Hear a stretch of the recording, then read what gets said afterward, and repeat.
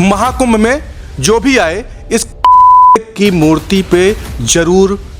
PDA का मतलब है पाप, दरिंदगी, अपराध। उस शिव की भूमि पर शव को स्थापित किया जाना यह क्या दर्शाता है? जो व्यक्ति जीवित ही लाश था, उसके मरणोपरांत उस लाश की मूर्ति बनाकर वहां स्थापित करके आप क्या बताना चाहते हैं? हिंदू तो उसको लाश ही मानेगा जो हिंदुओं को लाश बनाने के लिए निरंतर कार्य करता था। योगी जी महाराज से मैं यहाँ प्रार्थना करना चाहता हूँ, तोड़ के फेंक दिया जाना चाहिए। डॉक्टर बाबा भीमराव अंबेडकर साहब का मूर्ति लगाया गया होता तो शायद आज अखिलेश यादव की कुछ और ग्राफ होती। संविधान विरचिता डॉक्टर बाबा भीमराव अंबेडकर को आप दरकिनार कर दे रहे हैं। संत का हृदय तो कोमल मक्खन की तरह होता है, वो एक पल में गुस्सा होता है तो दूसरी पल प्रसन्न भी हो जाता है। यदि हम रामचरितमानस जलते हुए देख पा रहे हैं, निरंतर गौ हत्या हम देख पा रहे हैं, निरंतर मनुस्मृति, गीता, भागवत, वेद पुराण को फूंका जाना हम देख पा रहे हैं, तो ये तो बहुत छोटी सी बात आप पूछ रहे हैं ना सर। नमस्कार, मेरा नाम है सिद्धार्थ सूर्यवंशी। स्वागत है आप सभी का नारद टीवी के विमर्श मंच पर। इस समय आपको लगातार मैं कुंभ की कवरेज को दिखा रहा हूं और कुंभ की कवरेज के बीच में तमाम कंट्रोवर्सी आप लोग देख रहे हैं। कुंभ शुरू होने से पहले ही लगातार तमाम ऐसे विपक्ष के नेताओं का और कुछ मौलवी मौलानाओं का जिस तरीके से बयान आता है, उसी कड़ी में वहाँ पे जब ये पता चलता है कि कुंभ की नगरी प्रयागराज के अंदर एक मुलायम सिंह यादव की मूर्ति को स्थापित किया जाता है, उसको लेकर तमाम ऐसे विवाद उत्पन्न होते हैं। अखिलेश यादव ट्वीट करते हैं कि अगर कुंभ नगरी में आप जा रहे हैं तो पीडीए के भगवान मुलायम सिंह यादव की मूर्ति पर पुष्प जरूर चढ़ाएं। अयोध्या के संत राजू दास, उस पर एक रिट्वीट होता है। उसी चीज़ों पे मैं चर्चा करने के लिए हमारे साथ अयोध्या के ही संत दिवाकराचार्य जी महाराज हैं। सबसे पहले तो उनका स्वागत करेंगे। बहुत बहुत धन्यवाद, बहुत बहुत स्वागत है महाराज जी। बहुत साधुवाद, जय जय श्री राम। सर्वप्रथम मैं पूरे विश्ववासियों को यह आग्रह करूंगा, प्रार्थना करूंगा, चाहे वो भारत के हों अपितु दुनिया के किसी भी देश के हों, जिनको मानवता में आस्था है, सनातन में आस्था है, वह इस अद्भुत महासंगम में अवश्य आएँ और यहाँ से कुछ अवश्य लेकर जाएँ। जिन लोगों की अभी बात कर रहे थे, पहली बात तो वो एक राजनीतिक पर्सन है जिनका कुर्सी से बढ़कर ना कोई धर्म है, ना कोई पंथ है, ना कोई मजहब है, ना कोई संप्रदाय, यहाँ तक कि मनुष्यता भी उनके लिए कोई मायने नहीं रखता है। अखिलेश यादव के हम ट्वीट की बात करेंगे। अखिलेश यादव एक ट्वीट करते हैं कि महाकुंभ में पीडीए के भगवान की जो मूर्ति लगी है उस पर आप जो भी जा रहे हैं उस पर पुष्प जरूर चढ़ाएं। पीडीए का भगवान उन्होंने कहा तो उसका तात्पर्य क्या हो सकता है वो आपको समझना चाहिए कि जो हमारे साधु संत बता रहे हैं लगातार कि पीडीए का क्या वास्तव क्या मतलब है। पीडीए का मतलब है पाप, दरिंदगी, अपराध। ठीक है, एक मजहब विशेष की जनसंख्या विस्फोट, पॉपुलेशन डेवलपमेंट अथॉरिटी अथवा अल्पसंख्यक, ये आयोग है एक पीडीए। ये एक ऐसे मजहबी उन्माद को जन्म देने वाला है और उसके भगवान कौन है? वही लोग हैं ना जिनके शव को वहाँ स्थापित किया गया है। उस शिव की भूमि पर शव को स्थापित किया जाना यह क्या दर्शाता है? जो व्यक्ति जीवित ही लाश था, उसके मरणोपरांत उस लाश की मूर्ति बनाकर वहाँ स्थापित करके आप क्या बताना चाहते हैं? हिंदू तो उसको लाश ही मानेगा जो हिंदुओं को लाश बनाने के लिए निरंतर कार्य करता था। ऐसे लाश के लिए आप आज माइक से सवाल कर रहे हैं। मैं मानता हूं कि मिथ्या निरर्थक प्रलाप है और माननीय मुख्यमंत्री आदित्यनाथ योगी जी महाराज से मैं यहाँ प्रार्थना करना चाहता हूं कि ऐसे कहीं भी उन्माद फैलाए जा रहे हों तो उसे तुरंत समाप्त किया जाना चाहिए, तोड़ के फेंक दिया जाना चाहिए। वो किसी भी प्रकार की हो, वो त्रिवेणी संगम की आस्था को दर्शाता है, वो जीवंत लोगों की आस्था को दर्शाता है। वहाँ मुर्दों का क्या काम है जो जीवित अपने आत्म कल्याण के समर्पण के लिए कोई कार्य न कर पाए हों? मैं उस कैंपस में जब गया, वहाँ के जो संयोजक जो उसके संयोजक हैं, उस टेंट जिन्होंने वो मूर्ति स्थापित किया, उनसे मेरी वार्ता कुछ होती है। वो ये कहते हुए नजर आते हैं कि भारतीय जनता पार्टी में भी अगर दम हो तो अटल बिहारी वाजपेयी की मूर्ति को नहीं लगा देते। उनको भी एक सेवा संस्थान खोल करके अटल बिहारी के नाम पे वहाँ समाज सेवा करें। यहाँ पे कुंभ में मैं तो उनके नाम पे समाज सेवा करने का कार्य कर रहा हूँ। कितने दुर्भाग्य की बात है कि जो पीडीए पिछड़ा, दलित, आदिवासी अथवा अल्पसंख्यक के नाम पर ठूस ठूस के वोट ले रहे थे, वो डॉक्टर बाबा भीमराव अंबेडकर साहब को भूल गए। मैं मांग करता हूं कि अगर कुंभ में प्रयागराज में डॉक्टर बाबा भीमराव अंबेडकर साहब का मूर्ति लगाया गया होता तो शायद आज अखिलेश यादव की कुछ और ग्राफ होती। लेकिन इनकी ठगी, इनकी धूर्तई, ये सब सामने आ रहा है कि पीडीए के नाम पर, अंबेडकर साहब के नाम पर आप वोट लेते हैं, लेकिन वहाँ मूर्ति किसकी लगवा देते हैं? मुलायम सिंह यादव जी की है, और उनको बता रहे हैं कि वो पीडीए के भगवान हैं। बताइए, संविधान विरचिता डॉक्टर बाबा भीमराव अंबेडकर को आप दरकिनार कर दे रहे हैं। आप उनको श्रद्धांजलि दे दिए, तिलांजलि दे दिए आप उनका पिंडदान कर दिए, और आपने एक जिस व्यक्ति का कोई कृत्य ही जीवित नहीं है, मैंने बताया तो कि जीवित जो व्यक्ति लाश था, जिसने हिंदुओं को लाश बनाने के लिए निरंतर कार्य किया था, उनकी आप मूर्ति स्थापित करके आप भारत को क्या दिखाना चाहते हैं? क्या भारत की जनता समझदार नहीं है क्या? क्या पिछड़ा दलित आदिवासी समझदार नहीं है क्या? क्या इस छलावा के बाद आपके साथ कोई रहेगा? वो गरीब, शोषित, वंचित, आदिवासी, पिछड़ा आपके साथ खड़े होंगे? कि आपने डॉक्टर बाबा भीमराव अंबेडकर साहब की मूर्ति का अपमान किया है आपने, हैं? आप आज ये बताना चाह रहे हैं कि दलितों का भगवान कौन?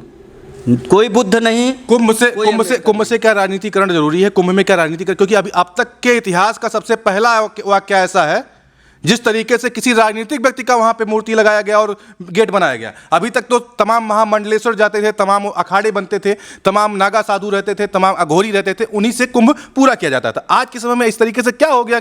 ये कैसा राजनीतिकरण समय चल रहा है? कुंभ आस्था का विषय है, उसे राजनीति का विषय नहीं बनाना चाहिए, लेकिन जिसकी जैसी संगति होती है, जिसकी जैसी संगति होती है वो उसी प्रकार से व्यवहार करता है। जिसने जीवन भर सिर्फ राजनीति देखी हो, जिसने सिर्फ आस्था पर चोट ही करना जाना हो, जिसने सिर्फ गोलियां ही चलवाई हो, जिसने सिर्फ निरंतर सनातन का अपमान ही किया हो, वो सिर्फ इतना ही सोच सकता है कि वो आस्था से ऊपर उठ के, यानी कि दैत्य प्रवृत्ति का ही कुछ अनुवृत्ति कर सकता है, और वही स्थापित कर रहे हैं वो समाजवादी पार्टी के लोग। जो भी ऐसा कार्य कर रहे हैं वो दोषी हैं, वो अपराधी हैं, और वो सबसे बड़ी बात, वो संविधान के दृष्टि में भी अपराधी हैं। और जिस पीडीए के नाम पे उन्होंने वोट लिया है, समाज में छलने का काम किया है, उन्हें जनता कभी माफ़ नहीं करेगी। उन्हें स्वतः से ही माफ़ी मांगनी चाहिए, और ऐसे पुण्यात्माओं को, जिनको आप कह रहे थे कि जो पाप करते हैं वो प्रयाग जाते हैं, ऐसे पुण्यात्माओं को, जिनको संविधान दोषी मानता है, 100 से ज़्यादा मुकदमे पंजीकृत हैं अपराध के, उसमें कई प्रकार के, आप चंद्रशेखर रावण के आप आपराधिक इतिहास को निकाल लीजिए, इतना बड़ा दोषी अपराधी व्यक्ति है और स्वयं को पुण्यात्मा बताने का काम कर रहा है। सांसद है वो, स्वयं तो सांसद है, इसका लोकसभा के सांसद है वो। सांसद हैं तो इसका मतलब क्या है? कि सारे अपराध तो सांसद हैं तो उनके मर्डर, उनके दुष्कर्म, उनके अपराध, उनके अपहरण, उनके सारे दोष मुक्त हो जाएंगे। कोई सांसद विधायक बन जाए तो इस पर तो सरकार को कानून बनाना चाहिए कि जो संविधान के दृष्टि में अपराधी है, दोषी है, उसको चुनाव लड़ने का कोई अधिकार ही नहीं दिया जाना चाहिए। कम से कम ऐसे गंभीर विषयों पर, जब इतने बड़े बड़े अपराधी लोकतंत्र के मंदिर में बैठेंगे, ये भैया कौन से संविधान की सुरक्षा करेंगे? हैं इसी प्रकार से यही कार्य करेंगे ना कि मुलायम सिंह की मूर्ति को स्थापित कर देंगे। बताइए पीडीए के भगवान कौन हो सकते हैं? आप सोचिएगा। चूँकि उस पर मैं इस सवाल उसी पे जवाब जो दिया गया है, क्योंकि एक संत हैं, अयोध्या के संत हैं, आपको भी पता है, महंत राजूदास जी महाराज। आप अभी पूछ रहे थे कि अटल बिहारी वाजपेयी की वहाँ मूर्ति लगा देनी चाहिए। हमने नहीं कहा बिहारी वाजपेयी की भी मूर्ति लगा दी जाए तो भैया उसका भी विरोध होगा। दिवाकराचार्य तो करेंगे, दूसरे का तो नहीं पता है। कोई राजनीति से सीधे जुड़ा हो, भाजपा से सीधे जुड़ा हो। राजनीति नहीं होनी चाहिए वो, क्योंकि आस्था का विषय है, कुंभ आस्था का विषय। हाँ, लेकिन अगर डॉक्टर बाबा भीमराव अंबेडकर की मूर्ति लगाई गई होती तो दिवाकराचार्य खुल के समर्थन करते। मैं तो पूर्व से ही कहते चला आ रहा हूँ कि हमारे भगवान प्रभु श्री राम जिस मर्यादा का पालन कलयुग में भी किए, और स्वतंत्र भारत के इतिहास में 70 वर्ष तारीख पर तारीख देखा, और लोकतंत्र और संविधान की रक्षा हेतु आज वो पार्टी भी उस फैजाबाद लोकसभा, अयोध्या लोकसभा में हार गई, भारतीय जनता पार्टी, जिनने शायद राम मंदिर बनवाया और ऐसे ऐतिहासिक कार्य किए कि न भूतो न भविष्यति, फिर कोई राजनीतिक पार्टी कर नहीं सकती। उसको भी भगवान ने अगर हराया तो मात्र इसलिए कि जो है संविधान और लोकतंत्र को जीवंत करना था। प्रबल प्रेम के पाले पड़कर प्रभु को नियम बदलते देखा, निज का मान टले टल जाए, जन का मान न टलते देखा। कुछ लोगों ने कहा कि राम मंदिर बन रहा है तो संविधान और लोकतंत्र खतरे में आ गया, इसलिए भगवान अपनी नगरी में ही उन लोगों को हरा दिए जिन लोगों ने मंदिर निर्माण कराया, चाक चौबंद व्यवस्था कराई, सड़क चौराहे का निर्माण कराया, अयोध्या से पूरे उत्तर प्रदेश का विकास कराया। उनको हराकर ये बताया कि लोकतंत्र और संविधान जीवंत है और ऐसी मानसिकता को नहीं पालना चाहिए भारत को। और चूंकि मैं स्वयं कटघरे में खड़े होकर 70 वर्ष स्वतंत्र भारत के इतिहास में तारीख पर तारीख झेला हूँ, और इसीलिए शायद उन्हें मर्यादा पुरुषोत्तम भगवान राम कहा जाता है। और मैं तो ये बात बार बार कहता हूँ कि श्री राम जन्मभूमि तीर्थ क्षेत्र को, साथ ही उत्तर प्रदेश सरकार और केंद्र सरकार को ये पहल करनी चाहिए। हिंदू जनमानस उनके साथ आएगा, और ये जो संविधान की झूठी अफवाह उड़ाई जाती है, सारे विपक्षियों को जोरदार तमाचा भी लगेगा कि जिस प्रकार से प्रभु श्री राम लला के पास में रामायण रखी गई है, गीता रखी गई है, वेद पुराण उपनिषद रखे गए हैं, वेदों के 6 अंग स्थापित किए गए हैं। उसी प्रकार से संविधान को भी प्रभु श्री राम लला सरकार के पास में रखा जाए। भगवान राम उसकी रक्षा करेंगे। दुनिया की कोई किसी की शक्ति नहीं है कि कोई संविधान को खतरे में पहुंचाए, अपितु संविधान को खतरे में पहुंचाने वाले आज संविधान का हवाला देकर संविधान को दिखाकर अपने राजनीतिक महत्वाकांक्षा को जरूर साधने की कोशिश कर रहे हैं। मैं तो ये कहना चाहता हूँ, सुरक्षा और सुंदरता दोनों भारत का हिंदू उसका जिम्मेदार है उसको सुरक्षित करने के लिए, और आगे भविष्य में भी रहेगा। किंतु कब तक ये मजहबी उन्मादियों का साथ देने वाले राजनेता कब तक संविधान को सुरक्षित रखेंगे? फतवा, जिहाद, आतंकवाद, गजवाए हिंद, आखिर कब तक संविधान बचा पाएगा इन सारी चीज़ों को? लब जिहाद इतनी तेज़ी से बढ़ रहा है, गजवाए हिंद के जगह जगह नारे लग रहे हैं, इंसा अल्लाह कह के जो है सर कलम करने के फतवे जारी हो रहे हैं। कब तक आप सुरक्षित रहेंगे और कब तक संविधान आपको सुरक्षा देगा? अथवा संविधान स्वतः से ही कब तक सुरक्षित रहेगा? आप बताइए ना, संभल में क्या हुआ? संभल में वकीलों के ऊपर हमले हो गए। क्या संविधान के न्याय प्रणालिक व्यवस्था के अंतर्गत ही ना आदेश दिया गया था एएसआई सर्वे का? पुरातत्व विभाग सर्वेक्षण करने गया था तो न्यायपालिका ने, अगर न्यायपालिका कोई जजमेंट देता है तो वो मैं मानता हूँ कि संविधान का आदेश होता है। वहाँ तो पूरी तरीके से संविधान की अवमानना की गई, संविधान को रौंदने का काम किया गया। और उनका साथ देने कौन आया? यही पीडीए के नेता, पीडीए अर्थात पाप दरिंदगी अपराध के नेता, जिनकी मूर्ति स्थापित की गई और जिनकी वंशावली अभी चल रही है, श्रीमान अखिलेश यादव साहब। हमें कोई आपत्ति नहीं है, आप पीडीए के भगवान बनिए, पर जनता जवाब देगी कि आपने मुलायम सिंह की पीडीए का भगवान बना रहे हैं। मुलायम सिंह को आप भूल गए, महात्मा बुद्ध को। अब उसी सवाल पे पुनः एक सवाल और। बिल्कुल, संत हैं, संत आप भी हैं, और एक संत जो उस पर रिट्वीट करके ये कहते हुए नजर आते हैं कि महाकुंभ में जो भी आए इस कठमुल्ले की मूर्ति पे जरूर मूते। ये शब्द कहाँ से सही होता है? संत के मुंह से तो अच्छा नहीं लगता है। देखिए, आप किसी के निजी विचारों को रौंद नहीं सकते हैं ना। यहाँ विचारधारा के नाम पे प्रभु श्री राम के पावन चरित्र, उत्तम चरित्र के उद्गम को ही फूंक दिया जा रहा है बीच चौराहे पर रामचरितमानस को। मनुस्मृति को, जो एक शब्द मनुस्मृति के बारे में नहीं जानते हैं, जो मनुस्मृति कहती है कि मनुर्भव, वो मनुष्य नहीं होना चाहते, वो राक्षस मनुस्मृति को फाड़ देते हैं। तो विचारधारा की स्वतंत्रता के निहित ये सब कार्य करते हैं ना। फतवे जारी हो जाते हैं, गजवाए हिंद किया जा रहा है, जिहाद किया जा रहा है। ये निजी विचारधाराओं ने ही तो लोकतंत्र और संविधान को खतरा पहुंचाया है। संत अगर ऐसा कहता है तो उस पर क्या कहेंगे? नहीं, संत हृदय नवनीत समाना। संत का हृदय तो कोमल मक्खन की तरह होता है। वो एक पल में गुस्सा होता है तो दूसरी पल प्रसन्न भी हो जाता है। संत जो है मलंग होता है, फक्कड़ होता है। संत का बयान सही है। संत मलंग होता है, संत फक्कड़ होता है, और निरंतर सनातन की आस्था को ही यदि आहत करेंगे आप, तो हमारी विवशता है भाई। नागा साधुओं ने सिकंदर को दौड़ा कर पीटा था, तो क्या करते उस समय? ना पीटते। संत का यही काम था कि संत ना पीटते सिकंदर को, संत ना पीटते औरंगजेब को, संत ना मारते बाबर को। भाई आज अगर बाबर आ जाए तो हम तो मानते हैं कि बाबर को भंगी बना दिया जाएगा, इतना मारा जाएगा। हमारी तो दया भावना ऊपर उठ जाएगी भैया। हम तो इस दया भाव से ऊपर उठ जाएंगे। ऐसे आताताई निशाचर राक्षसों के लिए आप कैसी व्यवहार करेंगे, कैसी प्रवृत्ति रखेंगे? और निजी विचारधाराएं होती हैं कुछ लोगों की, उस पर वो कार्य कर रहे हैं, तो हम कौन होते भैया आपत्ति करने वाले?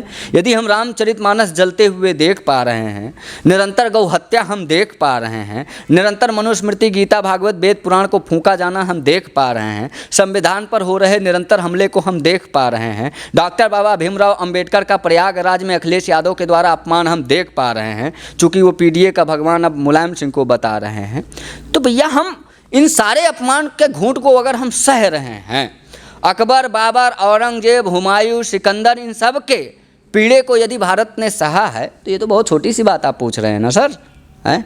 उनका क्या, उन तमाम लोगों का क्या जो इस फतवे आतंकवाद के शिकार हो गए, जिन बहन बेटियों, बच्चियों, परिवारों के साथ ये पीड़ा उत्पीड़न हो रहा है, उनसे क्या, उनसे पूछिए ना।